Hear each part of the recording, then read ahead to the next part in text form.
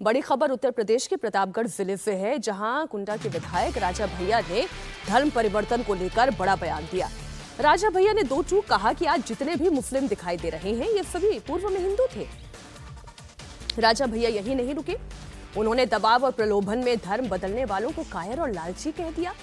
उन्होंने कहा कि हम सभी धार्मिक पूर्वजों की संतान हैं। और जितना आज मुस्लिम हैं, ये सब पहले हिंदुए रहे, ये कौनो अरब से वहां से नहीं आए हैं। जो आस्था विहीन थे, जो कायर थे, जो लोभी थे, लालची थे, जो निष्ठाहीन थे, वो लोग दबाव में आकर के, प्रलोभन में आकर के अपना धर्म परिवर्तन कर लिए। और जो धार्मिक थे, जो वीर थे, जो बलिदानी थे, हम सभी लोग उनकी संतानें हैं। ये बात देखिए नई नहीं है। संघ प्रमुख मोहन भागवत हो, वो भी ये कह चुके हैं कि जो भी भारत में रह रहा है वो हर व्यक्ति हिंदू है, वो हर व्यक्ति सनातनी है। लेकिन अब ये बात जो राजा भैया कह रहे हैं उसका 27 वाला उद्देश्य है। गलत तो नहीं कह रही हो जी? नहीं, बिल्कुल ठीक बात है, ये 27 का उद्देश्य है। लेकिन राजा भैया की एक खास बात है कि ये बातें पहले भी वो कहते रहे, विधानसभा में भी करते रहे, विधानसभा में भी कहते हैं, और जहां भी जाते हैं वो एक इस बात को कहने की जरूरत होती है थोड़ा सैद्धांतिक रूप से। जैसे ये आमतौर पर लोग कहते हैं कि मुसलमान बड़े बहादुर होते हैं, लड़ाकू होते हैं, हिंदू कमजोर होता है, कायर होता है। ये मुस्लिम नैरेटिव एक बनाया हुआ है। तो उस नैरेटिव को आप कैसे खंडन करेंगे? ये इन्होंने जो कहा कि जो आज हिंदू है वो बहादुर थे उसके पूर्वज, कि वो लोग और लालची नहीं थे, कि उन्होंने न तलवार के सामने सरेंडर किया न किसी प्रलोभन के सामने सरेंडर किया। तो वो बहादुर लोग थे जिनकी संतानें आज हिंदू हैं अभी। और जो लोग किसी लालच में आए, किसी प्रलोभन में आए या तलवार से डर गए, उन्होंने धर्म परिवर्तन कर लिया। इसमें हम खाली सिर्फ एक चीज जोड़ना चाहिए, ये फैक्चुअली करेक्ट है, इसमें हिस्टोरिकली भी आप देखेंगे कुछ गलत नहीं है। इसमें सिर्फ एक चीज हम ऐड करना चाहेंगे कि प्रलोभन और भय के अलावा कुछ दूसरी चीजें भी थी। जो जैसे सबसे ज्यादा धर्म जो मुसलमान इस्लाम इस देश में प्रचारित हुआ वो सूफियों के द्वारा किया गया। समूचा कश्मीर, एक सूफी धर्म गुरु ने समूचे कश्मीर में धर्म परिवर्तन करा दिया। वो कैसे प्रभावित करता है अपनी धर्म की चीजों को बता करके, वो एक समझने की जरूरत है सूफियों के असर को। और हम खत्म कर रहे हैं, एक बात अपनी कह दें, और उसी को एक बड़े हिस्टोरियन है जिन्होंने थ्योराइज किया इस बात को लेकर के कि सत्ता का जो केंद्र होता था, इस्लाम उससे दूर फैला है। सत्ता के केंद्र के आसपास अगर फैलता तो आप कहते सिर्फ कि भय से फैला है, जैसा दिल्ली के आसपास।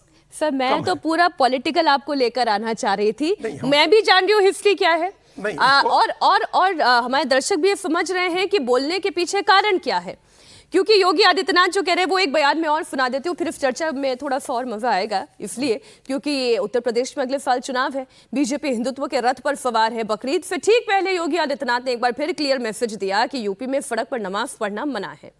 अगर किसी ने यह काम किया तो उससे सख्ती से निपटा जाएगा, और सबको समझ लेना चाहिए कि यूपी में कानून का राज चलेगा। इससे लेकर ये बात जिसे समझ में नहीं आ रही है उसे समझाने का कानूनी तरीका भी उन्हें पता है। आप उनका बयान क्यों सुने? लोग मुझसे पूछते हैं, साहब आपके यहाँ यूपी में क्या सड़कों पे सचमुच नमाज नहीं होती? मैं कहता हूं कतई नहीं होती है, आप जाके देख लो, नहीं होती है। अरे सड़कें चलने के लिए है या कोई भी व्यक्ति आकर के चौराहे पे आके तमाशा बना देगा? क्या अधिकार है उसको सड़क रोकने का? आवागमन बाधित करने का कौन सा अधिकार है? जहां उसका स्थल होगा वहां जाके करें। उन लोगों ने मुझसे कहा साहब कैसे होगा, हमारी संख्या ज्यादा है। हमने कहा शिफ्ट में कर लो, तुम्हारे घर में रहने की जगह नहीं है तो भाई संख्या नियंत्रित कर लो, और नहीं है सामर्थ्य क्यों बेकार आगे संख्या बढ़ाई जा रहे हैं। और ये चाहिए आपको कि अगर आपको सिस्टम के साथ रहना है तो याद करना, हम उन नियम और कानून को मानना शुरू करें। कानून का राज होगा, कानून के राज को सबको समान रूप से लागू करेंगे। नमाज पढ़नी आवश्यक है, आप शिफ्ट में पढ़िए, हम उसको रोकेंगे नहीं, लेकिन सड़क पर नहीं। सड़क चलने के लिए एक आम नागरिक के, एक बीमार व्यक्ति के लिए, एक आम नागरिक के लिए, एक कामगार के लिए, एक कर्मचारी के लिए, एक सामान्य नागरिक के लिए, एक व्यापारी के लिए हम सड़क को बाधित नहीं करने देंगे। यूपी की 2-3 तस्वीरें और हैं, अब क्योंकि समय मेरे पास कम है। उसमें से एक तस्वीर की बात करें, एक तो अनअपोलोजेटिक हिंदू हैं, योगी आदित्यनाथ हो, राजा भैया हो, ये इसमें कोई कहने की आवश्यकता नहीं है। लेकिन दूसरी तरफ वाला वो जो सेंटिमेंट दिखा रहे हैं, क्या उसके पीछे प्योर पॉलिटिक्स है? क्या 27 की वो चुनावी लड़ाई है जहां से वो एक पोलराइजेशन करना चाह रहे हैं? देखिए, बिल्कुल 27 की लड़ाई है और नैरेटिव की लड़ाई। अभी तक क्या कहा जाता था? चुनाव के पहले जो बहुजन का विमर्श था कि भाई मुस्लिम कौन है, वो दलित और पिछड़े जो ब्राह्मणों के अत्याचार से छुटकारा पाने के लिए मुसलमान बन गए, तो हम सब भाई भाई हैं, तो बहुजन का डिस्कोर्स आया। सवाल है कि अगर यही होता तो सबसे ज्यादा मुस्लिम संख्या तो यूपी में होना चाहिए था, पंजाब और बंगाल में नहीं होना चाहिए था। दूसरी बात देखिए, अजगर से मजगर चरण सिंह के टाइम का आता था, अहिंदा सीधा रवैया करते हैं, तो वहां पे मुसलमानों को दलित पिछड़ा बहुजन के साथ जोड़ के जो एक कवायद है कि आप अपना आधार तैयार करें, यहां पे उल्टा हो रहा है।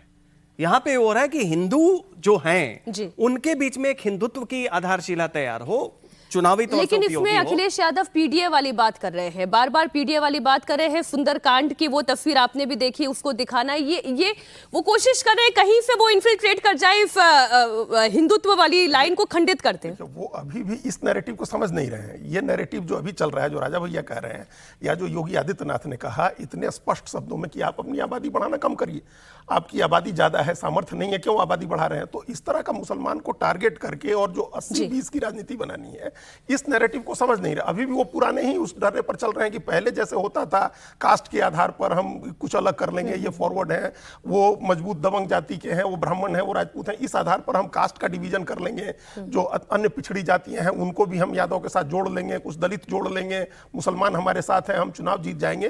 तो इस नैरेटिव को समझ नहीं रहे। ये नैरेटिव तो 80% को एक मंच पर ले आने का है ना, उसको व्यापक रूप से एकजुट कर देने का है नैरेटिव। जब वो 80% जो है, उस 80% का 60% भी बीजेपी को वोट दे देगा तो उनके लिए कहां पीडीए की कोई गुंजाइश बचती है? और वो तमाम लोग जो नैरेटिव बनाने की कोशिश करते थे कि भाई मुख्यमंत्री और उप मुख्यमंत्री के बीच में भी कोई सामंजस्य नहीं है, तो तस्वीर उसकी भी आ गई। सुंदरकांड का पाठ हुआ, ब्रिजेश पाठक ने आयोजन किया और मुख्यमंत्री भी वहां पर पहुंचे।